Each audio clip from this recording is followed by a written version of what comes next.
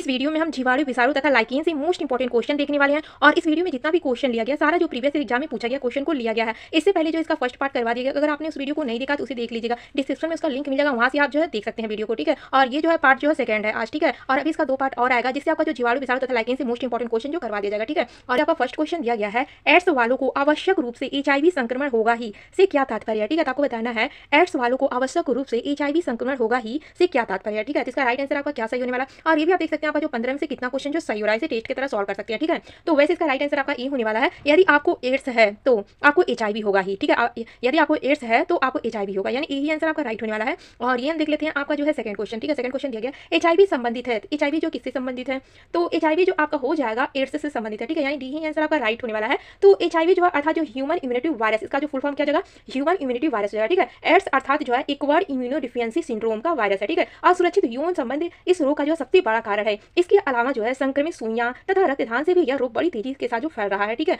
तो इसका जो डी आंसर आपका राइट होने वाला है। और ये हम देख लेते हैं थर्ड क्वेश्चन, ठीक है। तो एड्स बीमारी में डी का जो तात्पर्य आपको बताना है क्या हो जाएगा, एड्स बीमारी में डी का तात्पर्य क्या होगा ये आपको बताना है, ठीक है। तो डी का तात्पर्य आपका हो जाएगा डिफिशियेंसी हो जाएगा, ठीक है। डिफिशियेंसी यानी सी आंसर आपका राइट होने वाला है, ठीक है। तो असुरक्षित यौन संबंध इस रोग का जो प्रमुख कारण है, ठीक है, एड्स रोग का। और इस रोग के कारण मनुष्य में जो प्रतिरोधक क्षमता जो कम हो जाती है, ठीक है। और इस रोग की जो जांच के लिए जो एलिसा टेस्ट जो किया जाता है, ठीक है, टेस्ट किया जाता है, ये भी आपको पता रहना चाहिए, ठीक है। एलिसा टेस्ट जो किया जाता है। और ये हम देख लेते हैं आपका दिया गया 4 क्वेश्चन, ठीक है। तो 4 क्वेश्चन को हम देख लेते हैं। आपका दिया गया है एड्स का अर्थ है, आपको एड्स का जो फुल फॉर्म बताना है, इसका जो क्या होगा, ठीक है। तो एड्स का जो फुल फॉर्म हो जाएगा अक्वायर्ड इम्यूनो डिफिशियेंसी सिंड्रोम हो जाएगा, यानी आपका सी आंसर आपका राइट होने वाला acquired immunodeficiency syndrome, C answer right हो जाएगा। और ये हम देख लेते हैं आपका 5 क्वेश्चन दिया गया, इसे हम पढ़ लेते हैं, ठीक है।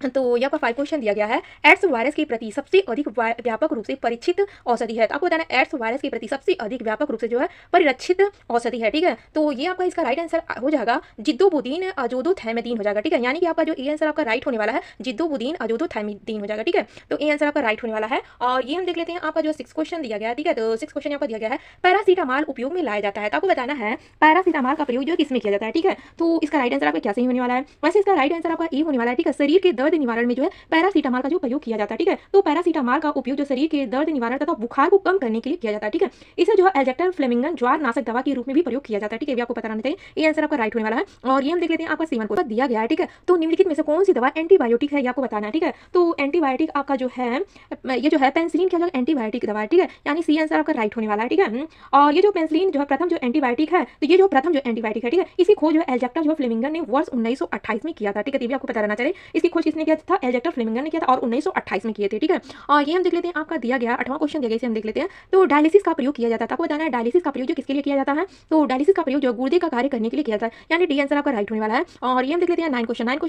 तो ये आपका 9 क्वेश्चन दिया गया है, निर्जलीकरण के दौरान शरीर में से कौन से पदार्थ का सामान्यतः क्षय होता है। तो निर्जलीकरण के दौरान जो है शरीर में से कौन सा पदार्थ सामान्यतः क्षय होता है, तो इसका राइट आंसर आपका होने वाला है सोडियम क्लोराइड का जो क्षय होता है, ठीक है। यानी बी आंसर आपका राइट होने वाला है। और ये हम देख लेते हैं आपका दिया गया है 10 क्वेश्चन, ठीक है। इसे हम पढ़ लेते हैं 10 क्वेश्चन को। तो ये जो प्लाज्मोडियम जम्स किसकी उत्पत्ति करते हैं, तो आपको बताना है प्लाज्मोडियम जम्स जो है किसकी उत्पत्ति करते हैं, तो ये उत्पत्ति करते हैं मलेरिया की, ठीक है। यानी कि आपका जो है ये आंसर ही आपका राइट होने वाला है। और ये हम देख लेते हैं आपका दिया गया 11वां क्वेश्चन दिया।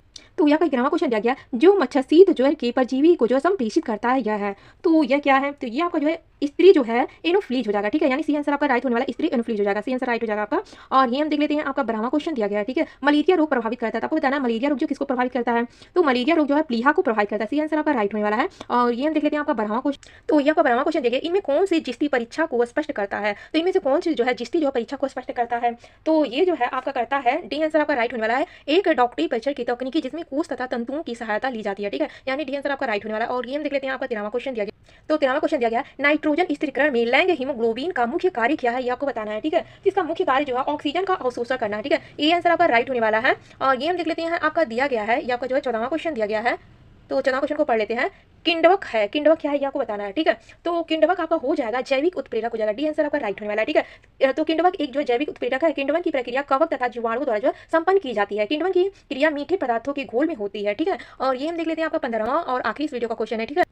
तो ये आपको 15वां क्वेश्चन दिया गया, किसी बेकरी में ब्रेड बनने के लिए खमीर यीस्ट का इस्तेमाल क्यों किया जाता है, ये आपको बताना है, ठीक है। तो किसी बेकरी में ब्रेड बनने के लिए खमीरी यीस्ट का इस्तेमाल जो क्यों किया जाता है ये आपको बताना है, ठीक है। तो इसका प्रयोग इसलिए किया जाता है ब्रेड को मुलायम और लचीला बनाने के लिए जो किया जाता है, यानी कि बी आंसर आपका राइट होने वाला है। तो आपका 15 में से कितना क्वेश्चन सही हुआ ये कमेंट में जरूर बताएगा। आप वीडियो कैसा लगा ये भी आप कमेंट में बताएगा, और इसी तरह जो डेली वीडियो देखने के लिए चैनल को सब्सक्राइब कर लीजिएगा, जिससे जब भी वीडियो डाला जाए आपको जो पहले ही नोटिफिकेशन उसका मिल जाए, ठीक है। और ये जो आज जो सेकंड पार्ट करा जाए, और कल जो है इसका जो है थर्ड पार्ट आएगा, अभी इसका 2 पार्ट और आएगा, ठीक है।